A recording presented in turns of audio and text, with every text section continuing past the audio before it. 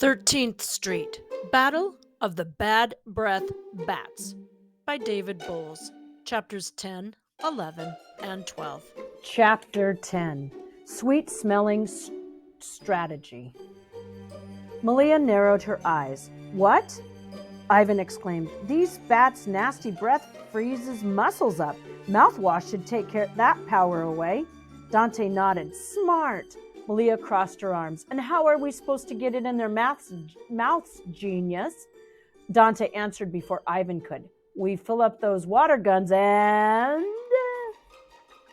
Squirt! Ivan finished. Minty fresh victory. Momentito, said Omi, lifting up his bony hand. Time to haggle. Excuse me, Dante asked. The skeleton rubbed his fingers together. Squeak, squeak, payment. What have you got to swap? Smartphone, hairbrush, bubblegum lip balm, cat ear barrettes, sunglass, purse. They laid out all their belongings on top of a box of toilet paper, including Malia's purse and everything in it. Those will do just fine, said Omi, gathering the items up. Malia's eyes watered. Her parents had bought her the little handbag as a reward for good grades and behavior. It wasn't fair. Boss, Dante warned, we need this trade.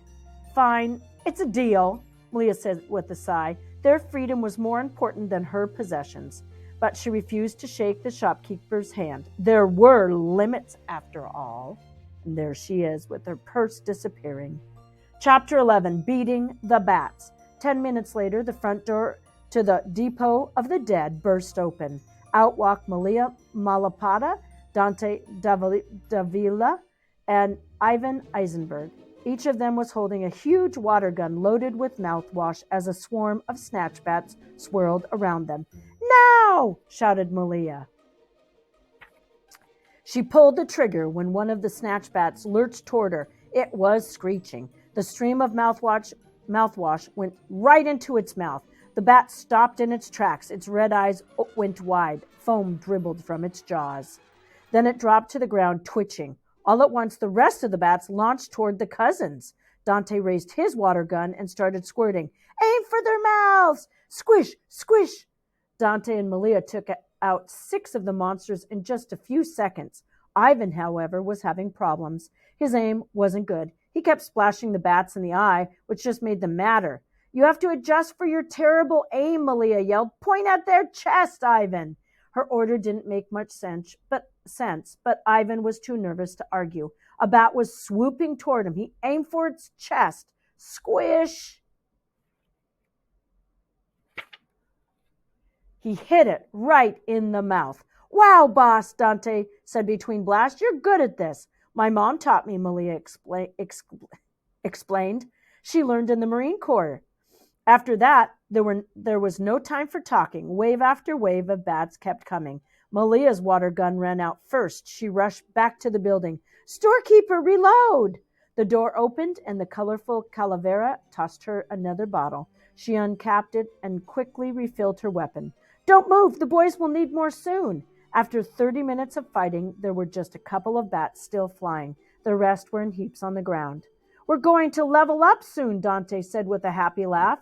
Then the ground started to tremble. A shadow fell on them. Dante gulped.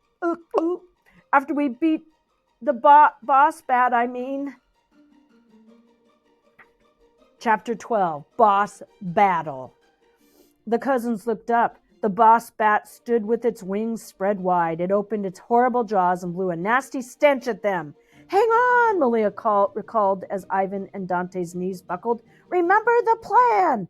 You got it, Dante said, gagging. Ghostbusters style. The 3 of them lifted their water guns, ready to fire at once and cross their minty fresh streams. But the massive monster swung its wing tip at them. A single claw ripped through their weapons, smashing them into bits. Screech! Ooh, he's pretty big. Strings of saliva flew from its mouth. The cousins fled in different directions. Ivan rolled under a rusted car. Howling, the giant creature grabbed the vehicle with one clawed foot and threw it into a nearby building. Ivan ran off and the other bats followed. Dante squeezed into a narrow space between the 2 buildings on the other side of the street. He hid behind some moss-covered trash cans. The boss bat saw him and went charging at the gap. Wham! Crack! It beat its head against the two buildings. Bricks came loose, showering down on Dante. Oh my goodness, he could be crushed. He grabbed a trash can lid and used it as a shield. Good thing. The other bats caught up to Ivan. Each one grabbed an arm. Malia ran back to the depot of the dead for another bottle. She knew there was just one option. She had to save the day. And that will be chapter 13. We will finish up later.